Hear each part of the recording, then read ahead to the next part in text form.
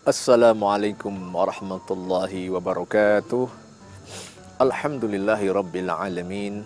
Wassalatu wassalamu ala sayyidil mursalin wa ala alihi wa ashabihi wa man tabi'ahum bi ihsanin ila yaumiddin, amma ba'du. Faqad qala Allah ta'ala fil Qur'anil Karim, a'udzu billahi minasy syaithanir rajim.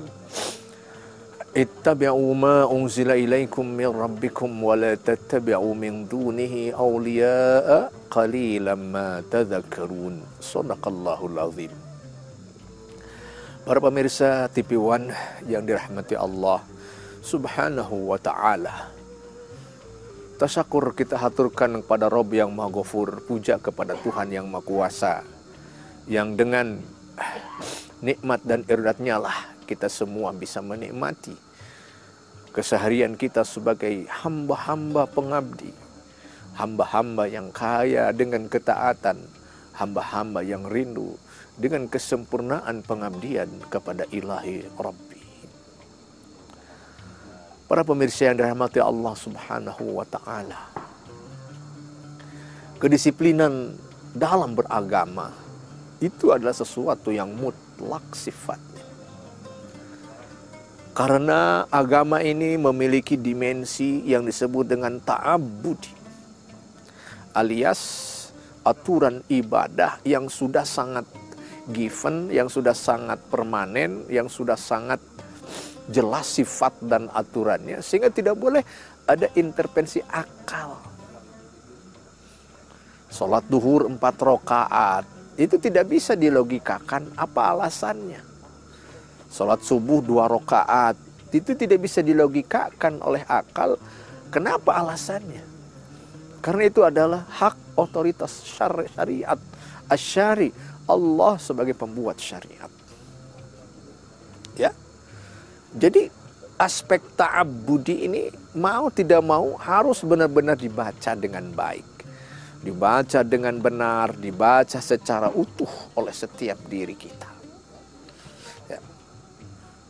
Satu renungan Rabbani yang perlu kita simak adalah ayat yang tadi saya bacakan.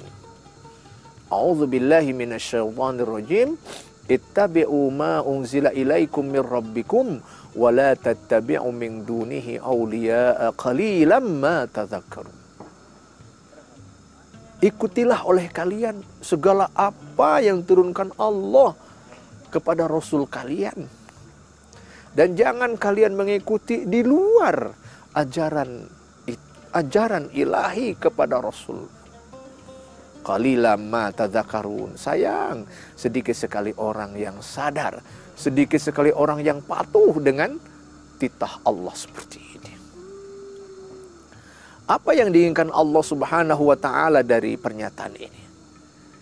Bahwa kita harus menegakkan budaya ittiba', budaya kedisiplinan, budaya kepatuhan, budaya kepasrahan yang benar-benar utuh hanya kepada aturan Allah Subhanahu wa ta'ala. Bahwa syariat adalah imam, syariat adalah imam, sementara kita adalah makmum. Bahwa akal kita itu hanya mengikuti, hanya tabi', pengikut. Sementara syariat ilahi adalah matbu' yang diikuti. Kita percaya betul hikmah pensyariatan di balik kedisiplinan, di balik kepatuhan yang total ini. Mengapa Bani Israel Allah laknat? Mengapa Bani Israel banyak berkali-kali Allah azab? Itu karena mereka krisis ittiba, krisis kedisiplinan terhadap syariat ilahi. Banyak bertanya, kadang pertanyaannya pertanyaan ingkari, untuk mengingkari. Pertanyaan-pertanyaan untuk mengelak karena tidak mau menjalankannya. Janganlah episode Bani Israel ini terulang di tengah umat Islam ini. Ya. Lawan dari ittiba adalah ibtida', mengada-adakan, melakukan penyimpangan, melakukan satu pelanggaran-pelanggaran yang disengaja. Padahal semuanya berkaitan dengan syariat ilahi. Kita tidak ingin terjadi fenomena seperti ini. Ya. Bahaya sekali kalau agama sudah dimasuki wilayah-wilayah yang tidak pada tempatnya. Seperti apa? Ta'akuli. Dominannya peran akal dalam menentukan, dalam membaca, dalam memahami syariat yang pada ujungnya terjadi pengkerdilan sisi-sisi ta'abbudi, dimensi ibadah dari agama itu sendiri. Dan ini adalah awal dari krisis kedisiplinan dalam beragama. Ya. Allah Subhanahu wa taala mengapa menurunkan Al-Qur'an? Jawabannya jelas. Itu sebagai hudal linnas wa bayyinatin minal huda wal furqan. Petunjuk bagi manusia, pembeda antara hak dan yang batil.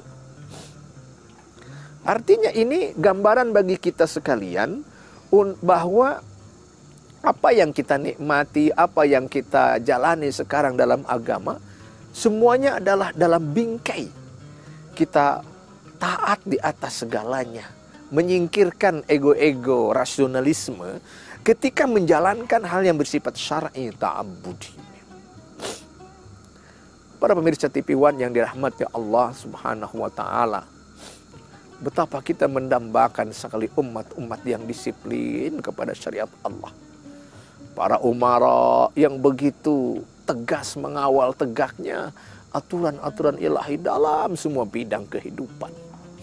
Ulama-ulama yang terus mengawal pemahaman, mengawal ijtihad, mengawal istinbat, mengawal upaya elaborasi agama dalam bentuk implementasi yang nyata dalam keseharian.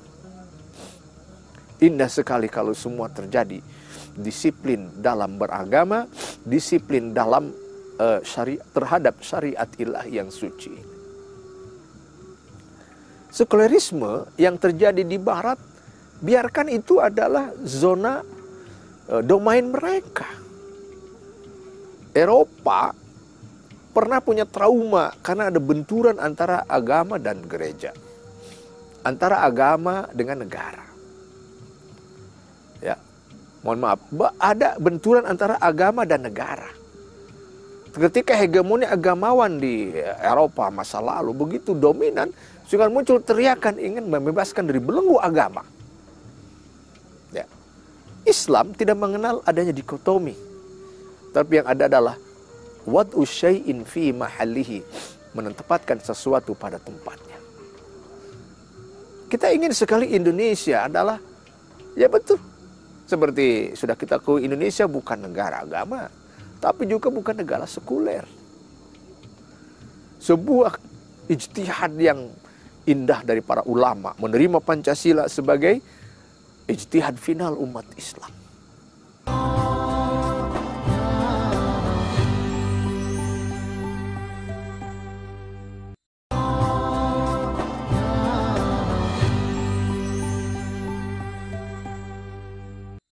Kalau kedisiplinan terhadap syariat Allah tegak, maka tentu agama akan begitu indah dinikmati, indah dipahami, indah dilaksanakan dengan baik oleh pemeluknya.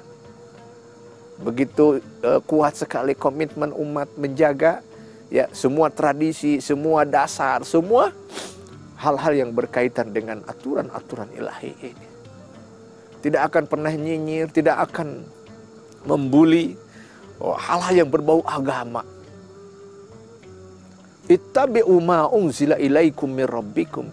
Selama itu adalah tanzil turun dari Allah, alias wahyu yang mutlak keberadaannya, ya ittiba, ikutilah, patuhilah, nikmati, jalani. Ya. Tetapi kalau sudah ibtidak, membangkang, ibtidak, ngeyel, ibtidak, ya semacam nyinyir terhadap syariat ilahi, apa yang akan terjadi? Bintik-bintik kekisruhan mudah terjadi kalau kita sudah terjadi peminggiran syariat ilahi dari kehidupan bermasyarakat. Mari kita waspadai hal ini. Kita butuh sekali harmonisasi antara agama dengan negara, sebagaimana ya sering saya ulangi dalam ceramah di stasiun yang ada ini. Ittiba. Tetapi walaupun ittiba, Islam membolehkan ya, membolehkan upaya-upaya kreatif, inovatif untuk ijtihad. Wahyu Allah kan sudah turun sejak dulu kala. Hadis wahyu Allah sudah berhenti, tidak ada lagi turun dengan wafatnya Rasulullah Sallallahu Alaihi Wasallam. Ya, tetapi kan peristiwa, dinamika, kejadian terus terjadi, menyertai manusia, kehidupan manusia dari zaman ke zaman. Tentu masalah baru banyak, tentu masalah-masalah baru timbul. Nah, kalau kita jumud, tidak mau membuka keran ijtihad, ya akan terjadi stagnasi alias kejumudan, alias kebekuan.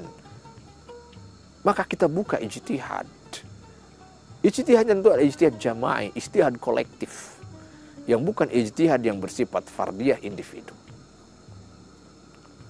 Para pemirsa TV One yang dirahmati Allah Subhanahu wa Ta'ala, tatkala para ulama fikih berhasil membangun ya bangunan-bangunan fikih muamalah, fikih ibadah, fikih munakahah, fikih jinayah begitu jelas, komprehensif, walaupun melahirkan, bukan walaupun, saya kira kita melihatnya variasi mazhab dalam berfikih begitu dinamis.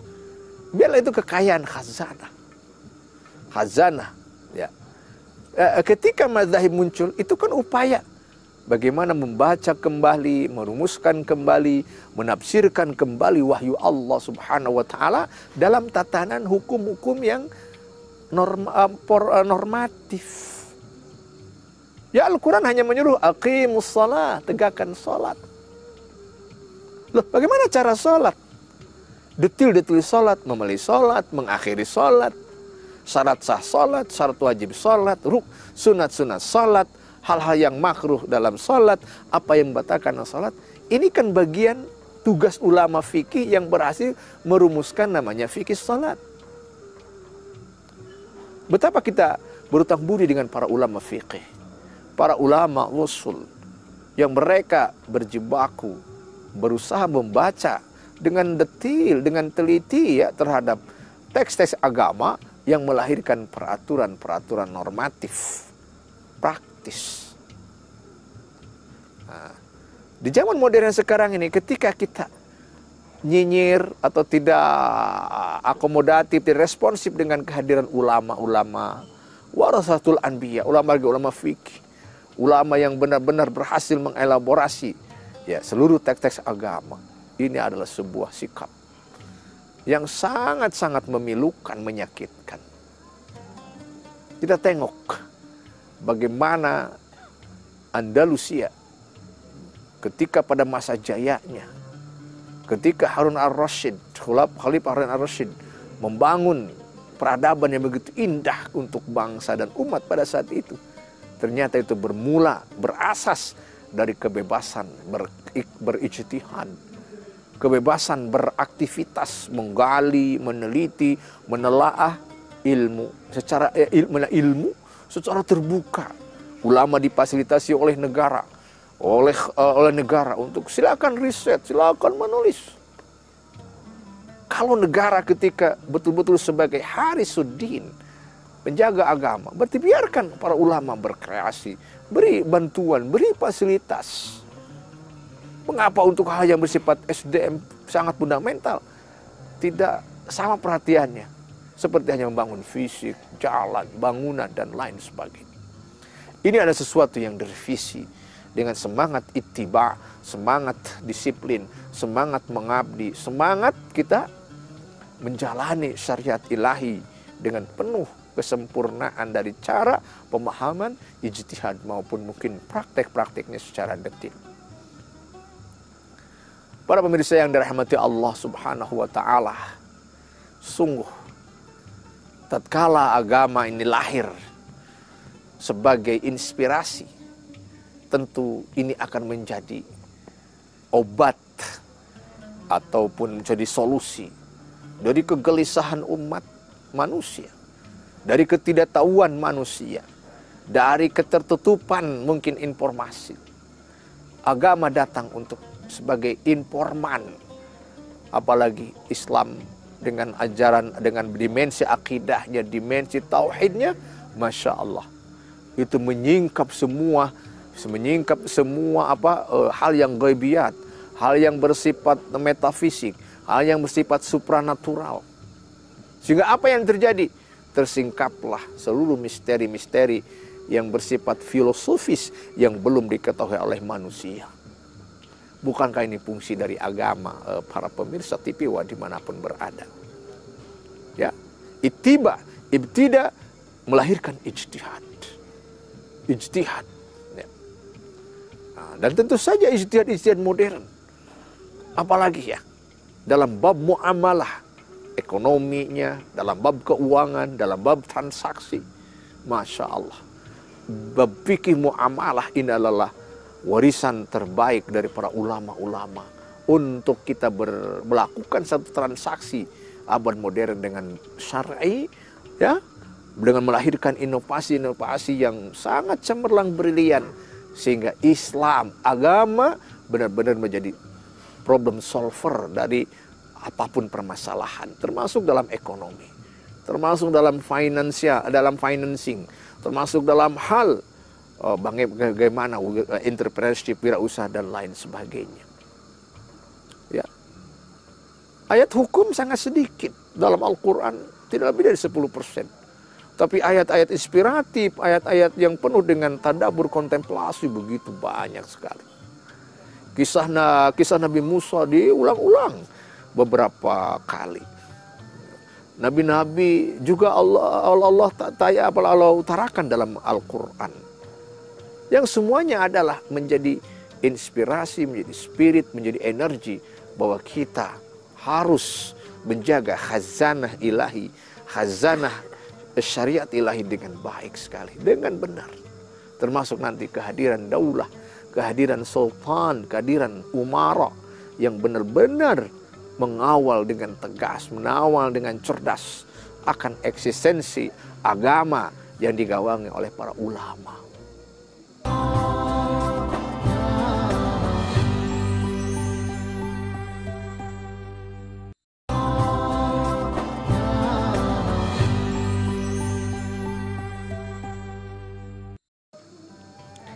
Para pemirsa TV One yang dirahmati Allah Subhanahu wa Ta'ala, sungguh jauh panggang dari api, sungguh jauh harapan kita terwujud, sungguh mungkin sebuah imajinasi atau ilusi kalau konsep, ya, kedisiplinan beragama, kedisiplinan dengan syariat Allah itu masih sesuatu yang dangkal, sesuatu yang compang-camping, sesuatu yang belum komprehensif.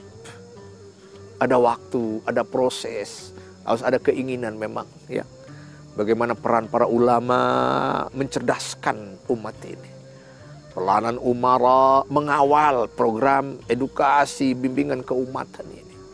Peran teknokrat, birokrat adalah menyediakan infrastruktur agar bagaimana keharmonisan antara din dengan sultan ini benar-benar terwujud dengan baik, terwujud dengan sempurna dan paripurna. Masya Allah, tabaraka wa ta'ala. Ya, apa yang terjadi? Bahwa ketika sekularisme muncul karena perlawanan antara agama dan negara. Karena terjadi bentrokan pemikiran, yang satu ingin menghegemoni satu yang lainnya, maka ini adalah cerita masa lalu yang tidak pernah kompatibel alias relevan dengan Indonesia.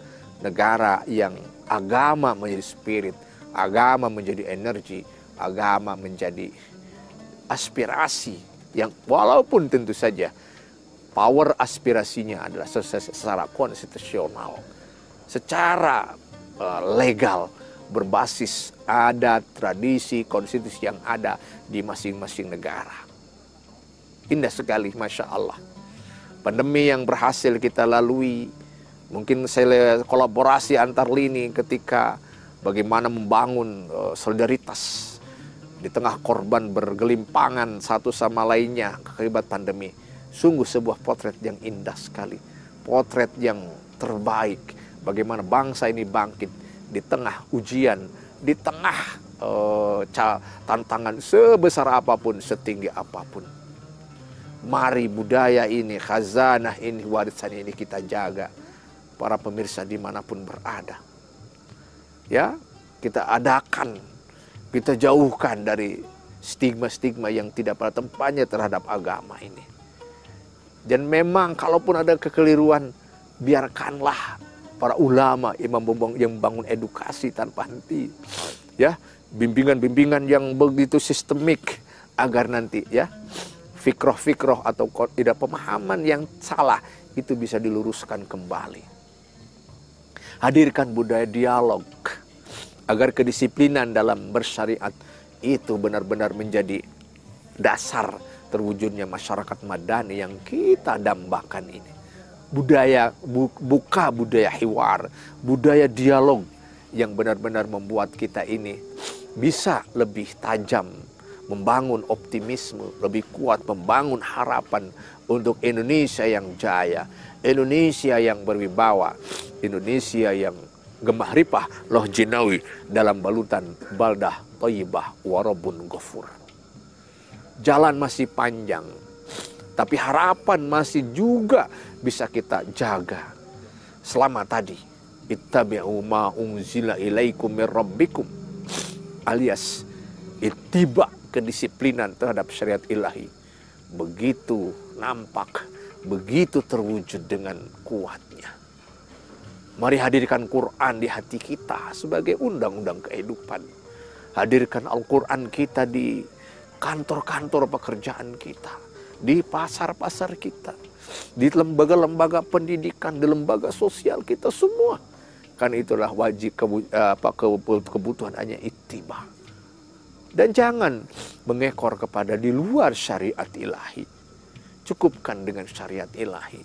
Hadirkan kedisiplinan, maka Allah, ya, ketika Allah menurunkan hidayah, tentu ada sabab musabab. Giroh yang kuat, edukasi yang sistematis dari para ulama, yakin itu akan menjaga betul khazanah hidayah bisa terjaga di negeri kita yang tercinta ini.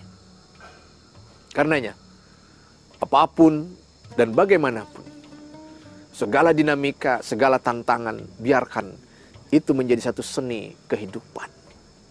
Seni untuk kita lebih matang, lebih kuat, lebih inovatif.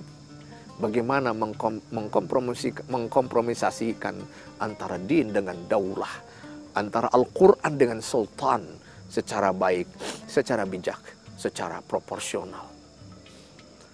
Harapan kita sekalian, Muslim Indonesia adalah role model bagi Muslim di negara belahan dunia lainnya.